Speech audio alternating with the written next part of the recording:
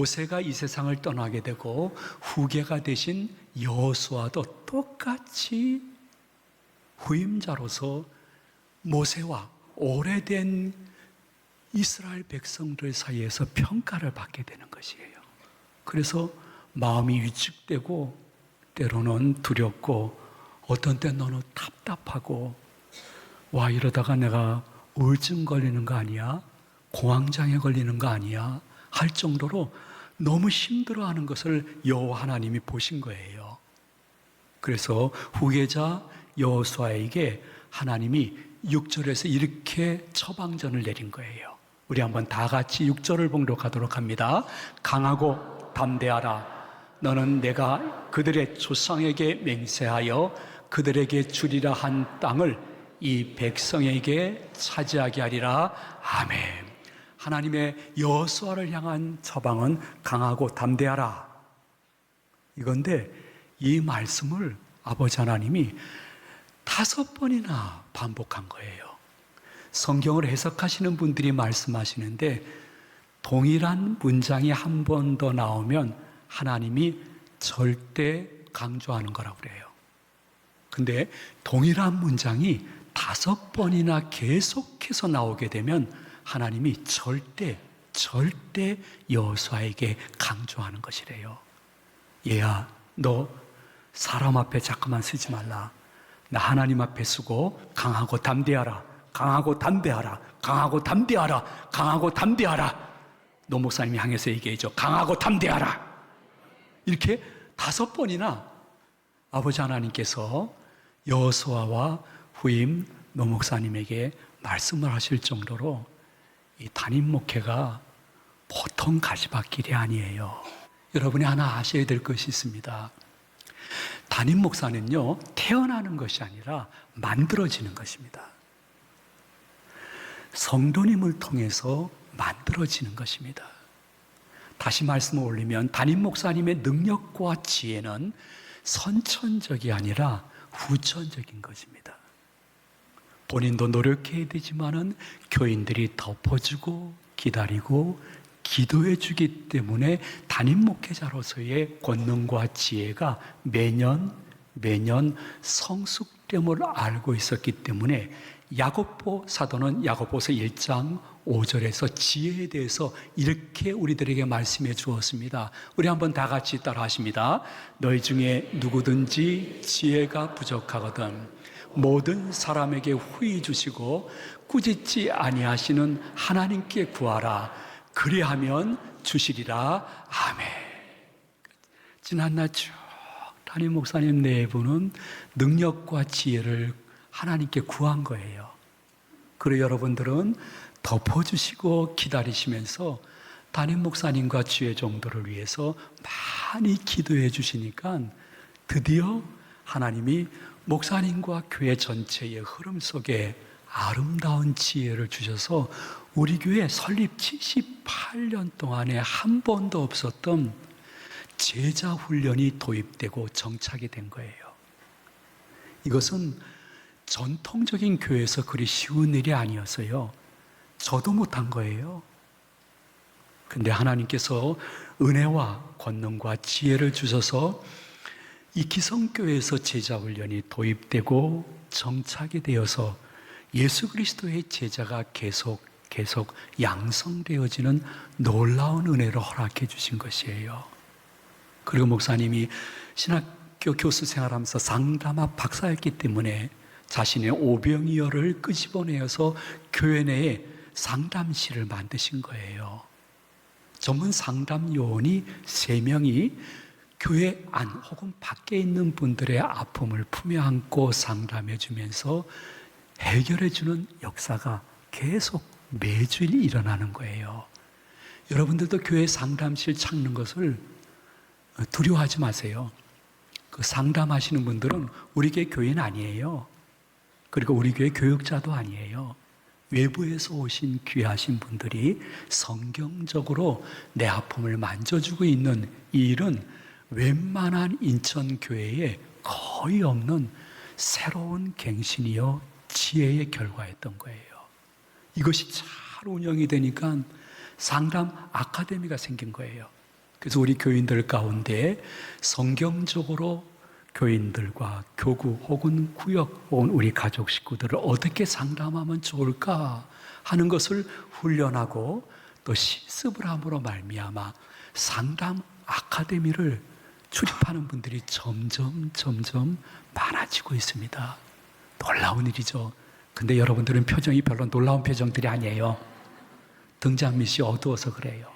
예. 근데 놀라운 더 사실은 여러분 곰곰이 생각해 보십시오. 전시 체제나 핍박받는 순교 시대가 아닌 이상은 이 평화로운 시대에서는 주일날 교회 와서 제일 중심이요 최초요 최후의 경고는 주일 예배거든요. 근데 주일 예배는 지금 이 세상이 시청각이 너무 발달되어서 시청각의 자료가 예배 중에 굉장히 필요한데 과감히 목사님께서 모든 영상과 음향에 대한 개혁을 해줌을 말미암아 여러분 주일날 찬양을 부를 때 혹은 설교를 들을 때 음향과 영상 때문에 조금 더 부끄러움이 없고 혹은 답답함이 없는 일을 꾸준히 조용하지만은 계속 실천하신 것이에요. 여러분 더 놀라운 사실은요, 아예 뜰이라고 우리 교회 본당이 1층이 아주 넓어요. 우리 교회는 교육관과 본당을 다 합치면 약 4,300평이에요. 그 1층이 아주 넓은 것을 목사님이 유심히 보시고 당회원들과 협의해가지고 어린아이들이 예배를 드리고 나면 거기서 부모님이나 선생님의 도움 속에서 마음껏 뛰놀 수 있는 놀이터를 마련해 준 거예요. 교회 안에 무슨 놀이터가 필요한가? 아니에요. 여러분, 우리들의 자녀들, 주일 학생들은요, 교회 안에서 기억이 아니라 추억을 먹으면서 성장하는 거예요. 저는 이 인천 제2교회 주일학교 출신이에요. 근데 제가 주일학교 다닐 때 저에게 담당 교사 선생님이 무슨 말씀 했는지는 전혀 기억이 안 나요. 그러나 지금도 뚜렷하게 기억 남는 것은 친구들하고 교회 마당에서 막 뛰어놀았던 것이 추억이 되어 성장할 때도 하나님의 몸된 교회 근처에서 신앙생활을 할 수 있는 원동력이 된 거죠. 여러분, 한 가지 주일학교 출신이라면 기억날 텐데요.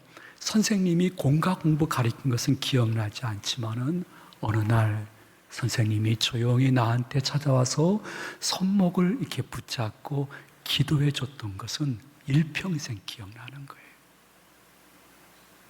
그러므로 이 아예 뜰뿐만이 아니라 여러분들 아시는지 모르시는지 잘 모르겠지만은 어와나라는 것이 있어요.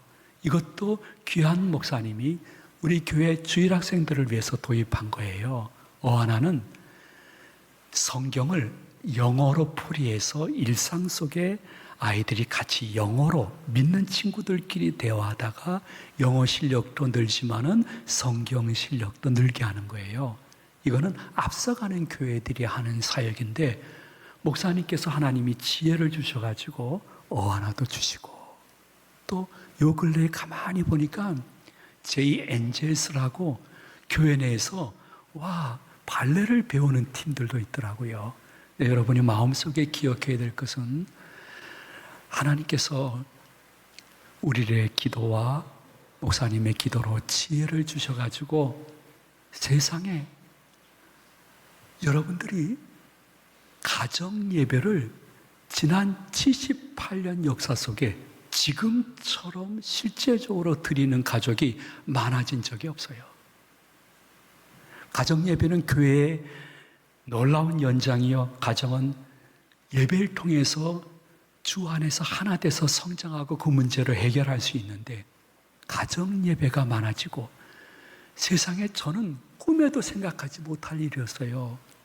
온토세 한 달에 한 번 토요일 날 온 가족이 같이 모여서 예배도 드리고 기도도 하고 또 주의 종들의 기도를 받을 수 있는 이 온토서의 새벽 기도는요, 우리 교회에 보이지 않는 강력한 지금 엔진으로 세대를 초월해서 은혜를 베풀고 있는 것이에요.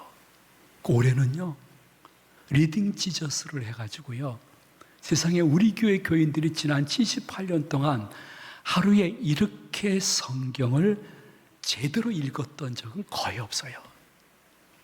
지금 고개를 숙여 있는 분은 안 읽는 분들이에요. 지금 틀림없이 고개를 들어요. 괜찮아요. 나 몰라요 누군지. 예.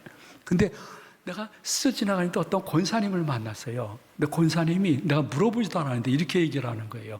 목사님, 저 리딩 지저스 하면서 하루하루 보고하고 확인하면서 이것이 맨 처음에는 익숙하지 않았는데 지금은 목사님, 읽어 내려가는 그 말씀 속에서 하나님이 자신에게 개인적으로 주시는 교훈과 음성을 듣는 그러한 은혜를 받는다는 거예요. 그것이 나의 하루 일주일의 삶을 계속 바꾸고 이끌어가는 것을 보면서 리딩 지저스 최고예요, 목사님. 그래서 그거 우리 담임 목사님이 하신 거라고, 나도 같이 동참하고 있다고 이렇게 얘기를 했습니다.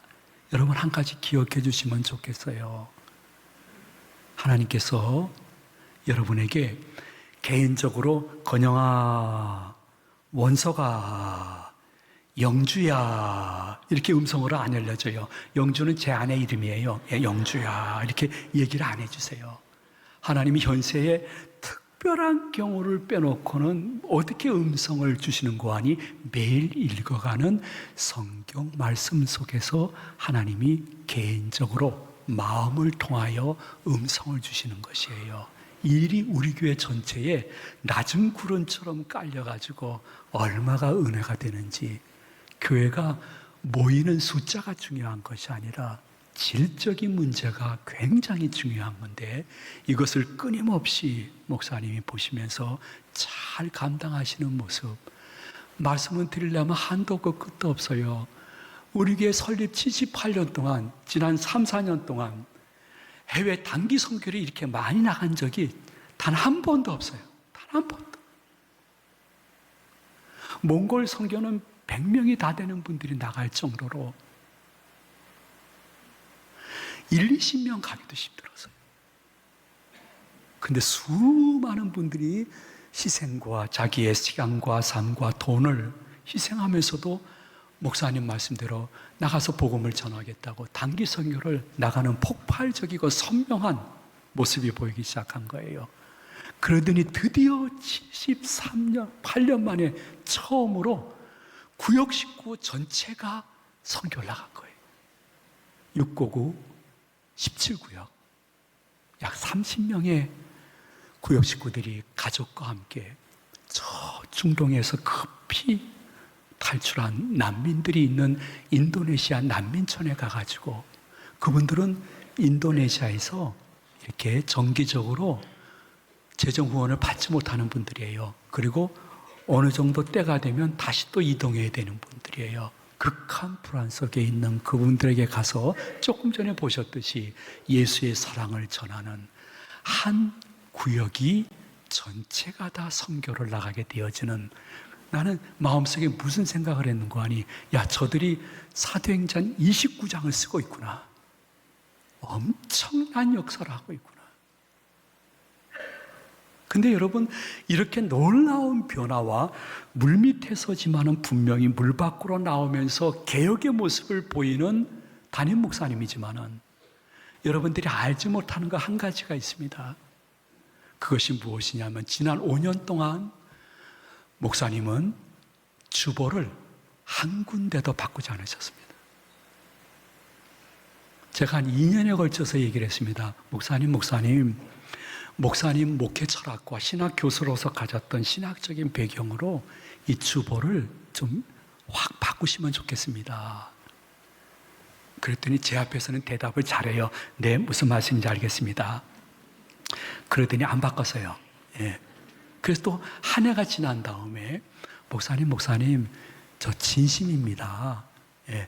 주보를 그냥 확 목사님 목회 철학대로 바꾸셔가지고 주보도 좀 새로워지면 좋겠습니다 했더니, 예, 목사님 무슨 말씀인지 알겠습니다 하고 오늘까지 안 바꾸고 있어요.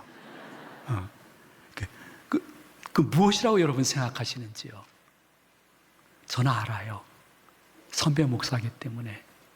그것은 이 원로 목사와 교회 오래 다니신 분들을 위한 배려를 하고 있구나. 그걸 너무 잘 알고 있어요. 오래 교회 다니신 분들이나 또 원로 목사님, 오래 교회 다니신 분은 야, 여기 주보 이렇게 함부로 받고 이건 뭐야? 나는 옛 것이 더 좋은데, 혹은 원로 목사님이 몇십 년 동안 했던 주보인데 조금 이따 바꾸는 것이 옳지 않을까. 그러니까 좌로나 우로나 치우치지 않는 거예요. 난 거기에서 그 다음에서부터는 주보 바꾸라는 얘기를 아직 못하고 있습니다. 언제가 이제 바꾸시겠죠. 여러분, 한 가지 기억해야 될 것은 여러분들이 가까이 있기 때문에 때로는 존재의 고귀함을 모르겠지만은 후임 목사님으로 오셔가지고요, 세상에 젊은 목사님이 야, 이거 다 9세대의 것이다, 바꿔버려. 그러니까 다 바꿔버려요. 그냥 신뢰도 바꾸고 모두 바꾸고 주보도 확 바꾸고 강대상도 바꾸고 교회의 모든 흐름도 다 바꿔버려요. 근데 이렇게 용감하게 귀신 잡는 해병처럼 바꾸다가 어느 날 돌아오지 않는 해병이 된 담임 목사님들이 많아요. 자, 말씀드리려면 한도 없고 끝도 없어요. 반대로 제가 말씀드릴까요? 이 젊은 목사님이 후임으로 오셔가지고요, 원로 목사님과 오래된 교인들에게 주눅을 든 거예요. 주눅이 계속 들다 보니까 이제는 마음속에 용기가 없어진 거예요. 소위 저는 강단 목회를 합니다 하시는 젊은 담임 목사님들이 많아졌어요. 강단 목회라는 게 무엇이냐면 하루 종일 강단과 서재실에만 있는 거예요. 강단과 서재실에만 있다 보니까 교인들과의 교제가 되지 않아요. 혹은 대화도 제대로 되지 않아요. 그리고 교인들의 깊은 곳으로 들어가서 같이 그분들의 속사정을 알고 기도해주고 신방해야 되는데 점점 마음이 위축되니까 강당 목회 하시는 분들은 신방을 거의 안 하는 것이 아니라 못해요. 왜냐하면 대인 기피증은 아니지만은 사람 만나서 같이 대화하고 식사하는 게 너무 힘든 거예요. 그래서 이러한 분은 집자 신방을 가서 상담도 해주고 기도도 해주고 예배도 드려야 되는데 교인들이 요청을 하더라도 마음은 가고 싶은데 몸이 가지 못하는 거예요. 좌우로 치우치는 이러한 일들이 있어서 그러한 교회들이 아픔이, 여러분들도 가끔 들었던 그러한 아픔인데, 목사님은 좌우로 치우치지 않고 정도의 길을 걸어가는데 후계자 여호수아에게 하나님이 이렇게 말씀하셨어요. 우리 한번 7절을 다 같이 봉독하도록 하겠습니다. 오직 강하고 극히 담대하여 나의 종 모세가 내게 명령한 그 율법을 다 지켜 행하고 우로나 좌로나 치우치지 말라. 그리하면 어디로 가든지 형통하리니. 아멘. 여러분, 이 본문의 해석을 제가 간단히 이렇게 말씀드릴게요. 우로나 좌로나 치우치지 말라는 것은, 야, 후계 여호수아야, 모세의 지도력과 그의 사역 방향을 무시하고 네가 생각한 대로 막 하지 말아라. 또 좌로나 우로나 치우치지 말라는 것은 모세의 권능과 지도력에 억눌려 가지고 아무 일도 못하고 계획도 못하고 실천 못하고 다락방 속에 들어가 있는 그러한 모습 보이면 안 된다. 너는 하나님께 지혜를 구하고 사람 의식하지 말고 나 하나님 의식하면서 정도를 걸어가면 내가 네 목회에 점점 형통의 축복을 주리라는 주님의 음성인 것이에요. 이것을 그럼에도 불구하고 혼자 군중 속에 고독을 씹으면서 감당했던 귀한 목사님의 모습이 너무 하나님 보시기에 좋았는지 요새는요, 새 가족이 우리 교회에 등록했을 때 하시는 말씀이 이런 말씀이었어요. 제가 직접 들었어요. 목사님, 내가 제2교회 오기 전에 많은 교회를 다녔거든요. 어느 교회 등록할까? 그런데 신기하게 제2교회 와서 본당에서 예배를 드리는데 왠지 마음이 따뜻해지고 온화해졌어요. 그리고 교인들의 표정이 싸납지 않았어요. 아, 여기 등록해야 되겠다 하고 등록했다는 거예요. 그게 이제 교회의 흐름이 된 것이에요. 근데 더 놀라운 사실은 한 1, 2년 전서부터 어쩌다 만나는 교인들이 우리 노목사님이 이렇게 말씀하던 분들이 우리 목사님이 말이에요. 우리 목사님이라고 칭하는 거예요. 저는 오래 믿었기 때문에 그분의 마음을 이제 알게 돼요. 아, 이분이 이제 노목사님과 더 아름다운 동행하는 마음으로 바뀌었기 때문에 우리 목사님이라고 표현하는구나. 아이고, 참 보기 좋다 하는 생각이 들었어요. 자, 여러분에게 이런 말씀을 드리는 까닭이 있습니다. 그것은 교회는 사회나 국회와 달리 공동체이지만은 하나님의 백성들이 모였기 때문에 교회 밖에서 사단과 이단이 들어와서 어떻게 해서라도 칼날에 춤추려고 애쓰는 일들이 자주 발생하는 거예요.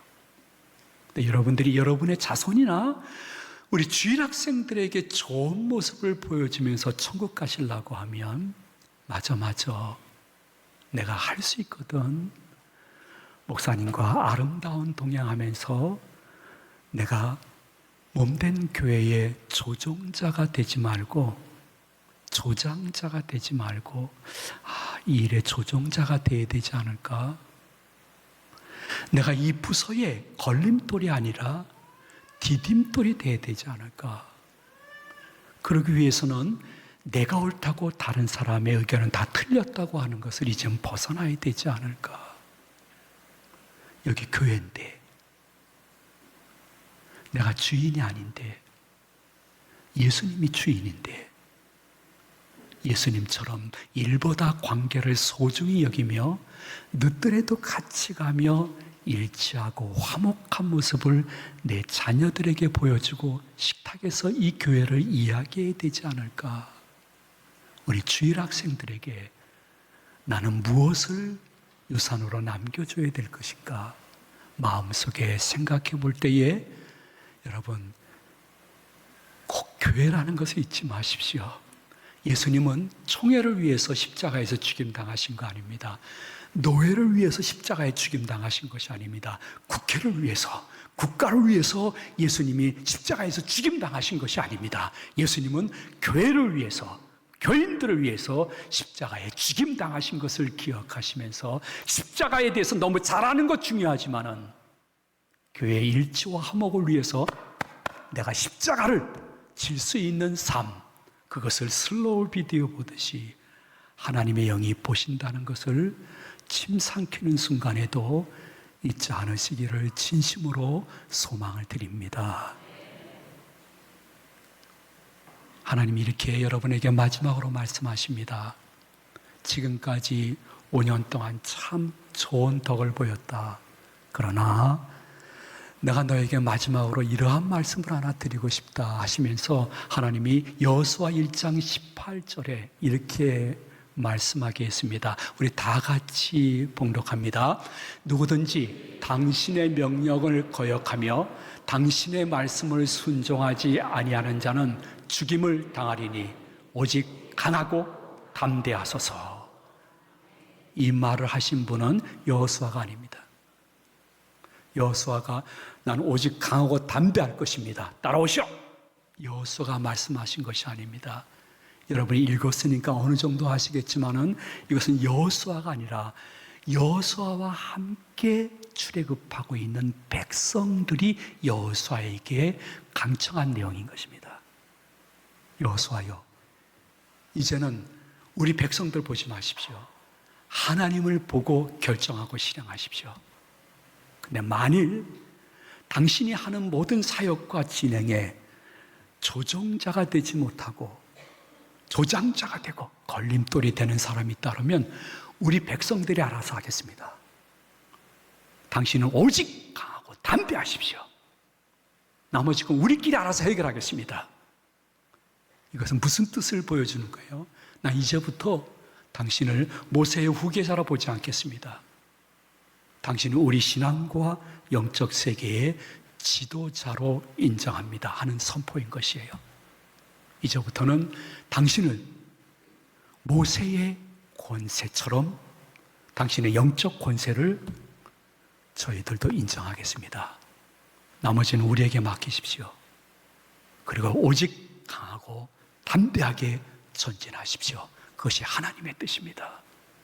그것이 우리 교회의 아름다운 흐름이 되어짐으로 말미암아 하나님이 이렇게 보시면서 야고 제2교회 교인들, 주의 몸된 교회를 위해서 얼마나 자신이 희생하고 때로는 입을 다물고 때로는 A, B를 A 다시 만들기 위해서 끊임없이 대화하면서 결국에는 합력해서 선을 이루는구나. 야야야, 네가 내 몸된 교회의 일주와 화목을 위해서 십자가를 졌으니 네 가정의 범사는 내가 알아서 처리해 줄게 하셔서 그분이 가정의 큰 어려움을 작은 어려움으로 만들어 주시고 작은 어려움은 애다 없었던 어려움으로 비껴가게 하는 은혜를 눈으로 보면서 내 자손들에게 이것을 간증할 수 있는 믿음의 명문 가정들 되시기를 이 말씀을 준비해 주신 예수님의 이름으로 축원을 드립니다.